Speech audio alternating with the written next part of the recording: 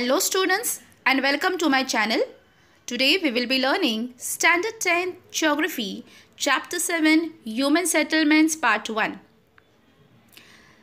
You all have learned in your class 7th about the human settlement. Also you have learned about the favorable and the geographical conditions for the human settlements, the types and the patterns of the human settlements. In class 10th, we are going to continue to learn more about the human settlement, but we are going to focus on the settlements which are found in India and Brazil. So let's continue to learn more about the human settlements in India and Brazil. Before we proceed, let us revise what is a settlement. If you observe the image well, you will see in this image that there are few houses which are close to each other, whereas few of the houses are away from each other. You'll find the farmlands in this area. Also, some roads are connecting the important places to each other. So if you look at this image and observe it well, you will understand what is settlement. So settlement, it is a process of grouping of people and acquiring some territory to build houses as well as for their economic support. It is defined as any form of human habitation which ranges from a single dwelling to a large city. Now let us learn what are the types of settlements. First we will learn the urban settlement. Urban settlement, it is an urban area or built up area with a high population density and also where infrastructure facilities are highly developed. It comprises of mostly man-made structures like the hotels, multiplexes, malls, restaurants, and many of the recreational centers are found in the urban settlement. Let's study the characteristics of urban settlement. The urban settlements are in a form of towns and cities. Area-wise and population-wise, they are large. Many of the strategic important places like the business chambers, manufacturing houses, government offices, cultural centers, educational centers, these are easily available in the urban settlement. Along with this, also many of the service providing centers like the hoteling industry, hospitals, medical facilities, schools, colleges, coaching centers, recreational centers are easily available in the urban settlement. But the life in the urban settlement is quite busy. So, as a result of this, people do not have a close bond to each other. The neighborhood is separate and they have a limited knowledge of each other. The main drawback of the urban settlement is the traffic jam problem, giving rise to the pollution problem in the urban settlement. Now let us learn about the rural settlement. The rural settlement is a settlement where displaced populations settle on a land outside of a city or a towns. Now let us see what are the characteristics of the rural settlement. Rural settlement is a form of a village surrounded by a farm which has a small population. The main source of livelihood of the people in the rural settlement is forestry, farming, fishing, mining and tourism. The infrastructure facilities are less available over here. Also, the services which are provided in these areas are very less as compared to the urban areas or urban settlement. But people have a very good, you can say, bond to each other. People have a very good relation to each other. And more importance is given to the community feeling. Now let us learn about the patterns of settlement. So the settlement pattern, it refers to the shape of the settlement as you see in the image here. The shape of early settlement were influenced by the surrounding landscape. Now here are some examples of settlements. The patterns which includes the dispersed settlement, nucleated settlement, isolated and the linear settlement. So let us learn in detail about the settlement. In this picture you can see the nucleated settlement, linear and the dispersed settlement. So let us begin first with the nucleated settlement. Nucleated settlements are ones where the houses are grouped closely together, often a central features like the market, a village, school, colleges, the source of water supply.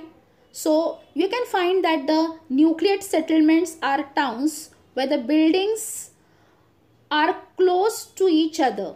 Often they are clustered around a central point. Such a type of settlement is said to be the nucleated settlements. The next one is the linear settlement. In this picture you will see, we see the roads which are parallel to each other.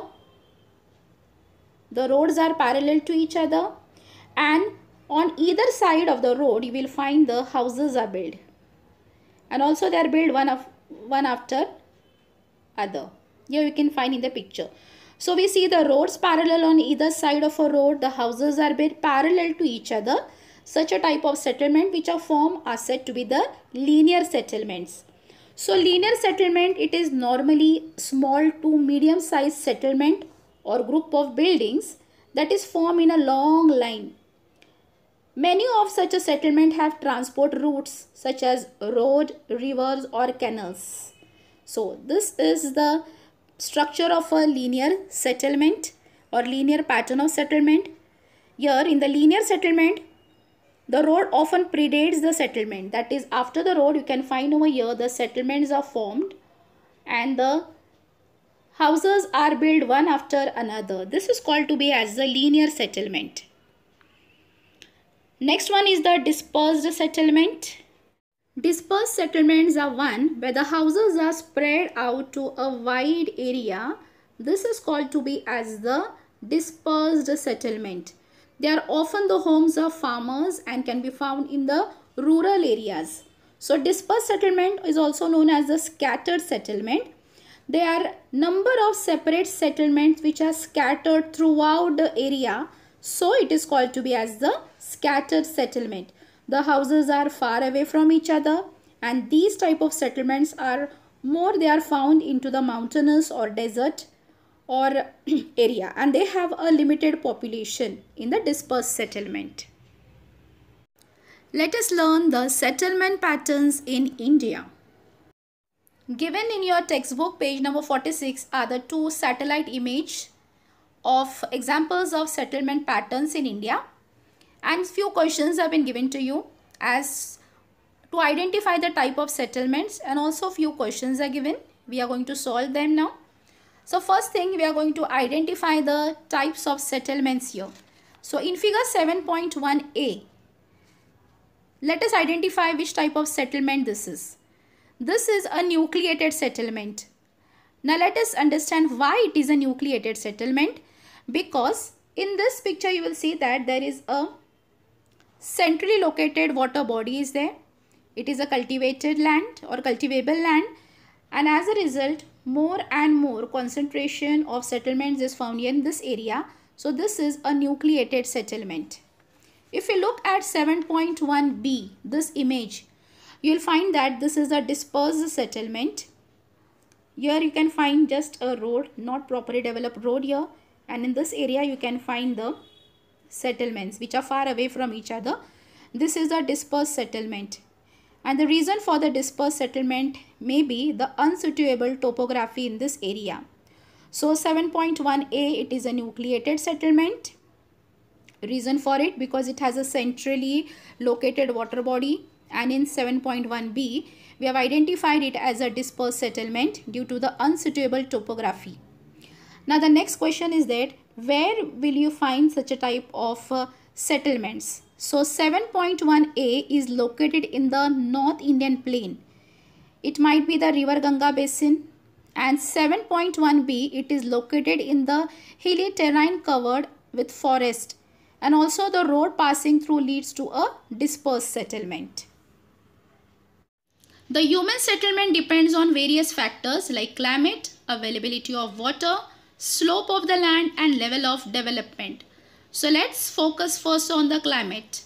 Climatic condition is an important factor affecting the human settlement, because if the climate is favorable, then the settlement will increase, and also the population of the settlement increase, making it a densely populated settlement or a place.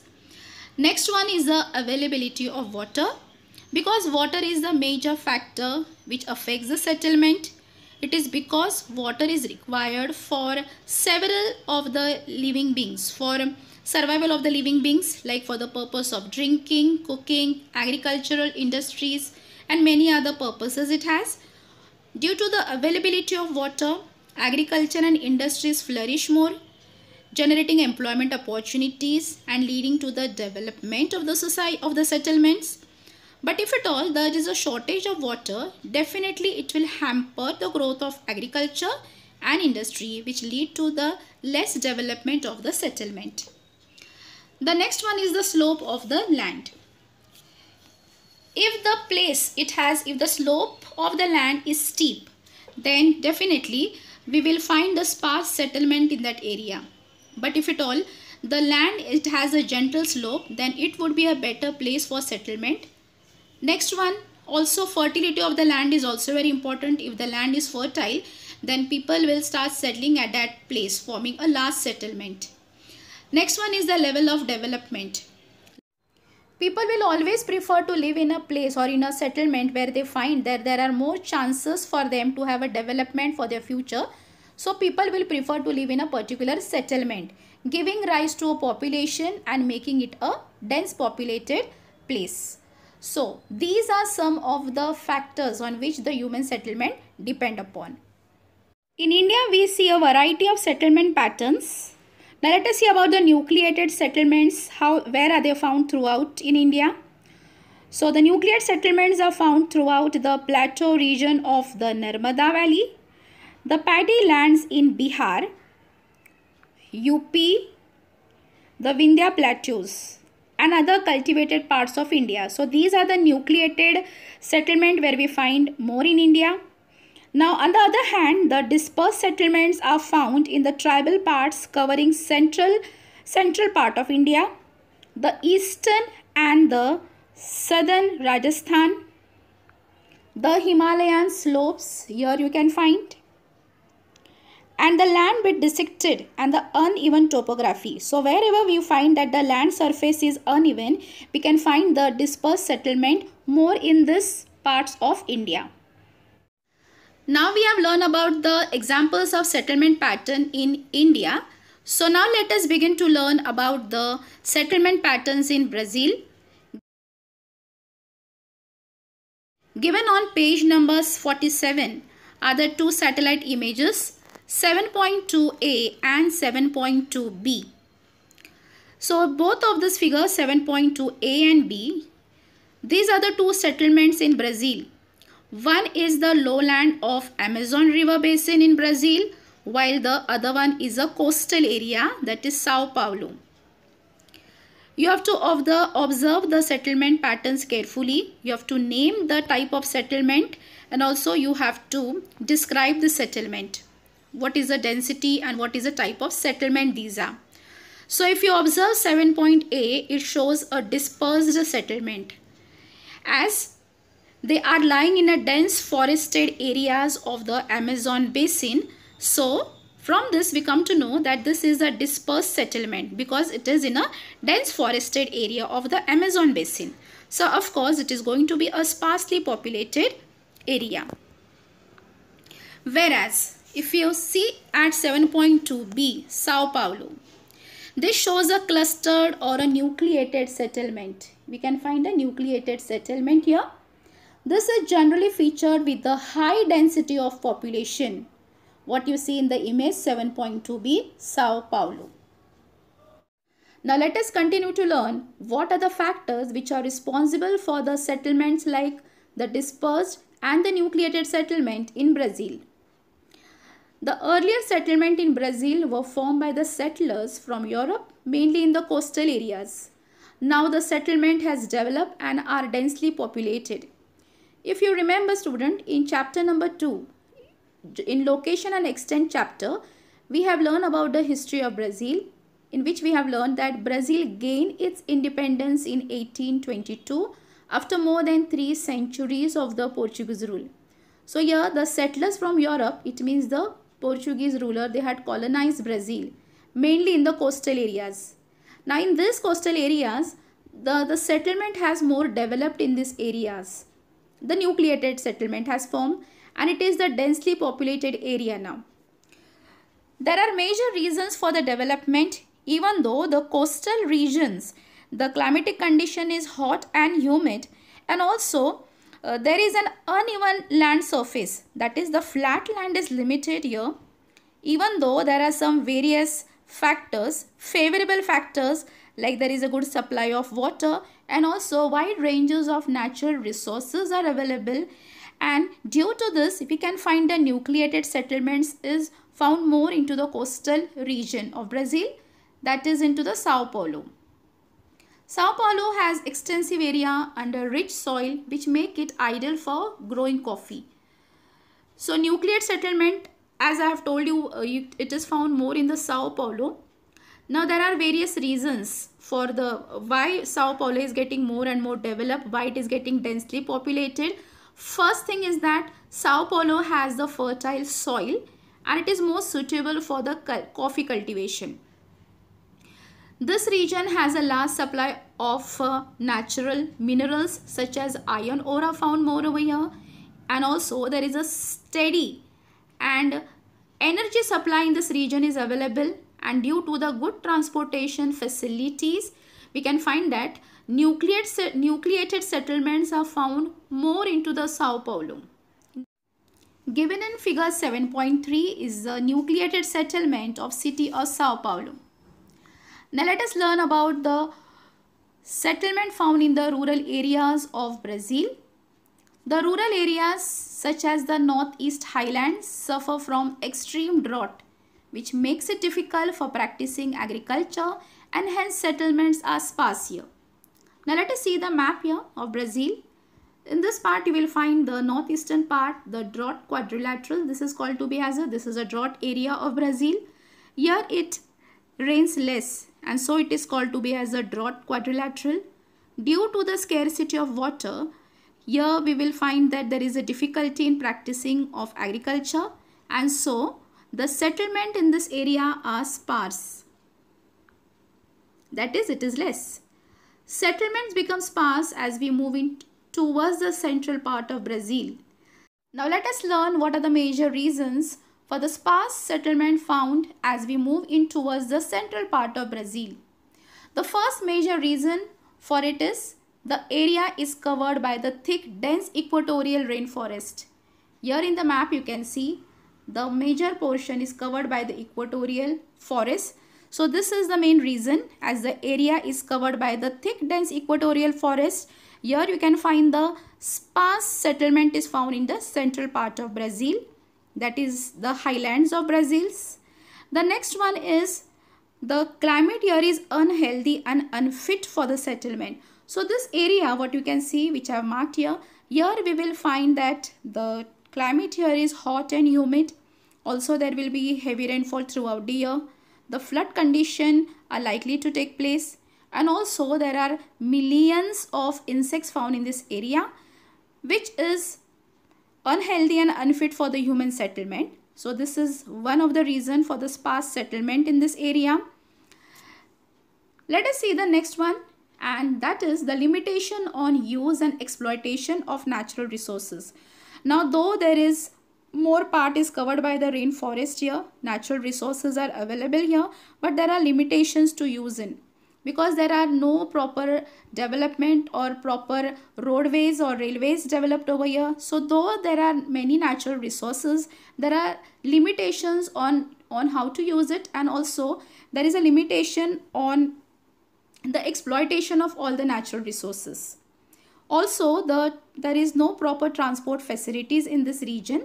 So because it is a forest area, so transportation cannot be developed into the central part of Brazil, and so the transport facilities are not developed, or you can say that there is a poor transport link in this region.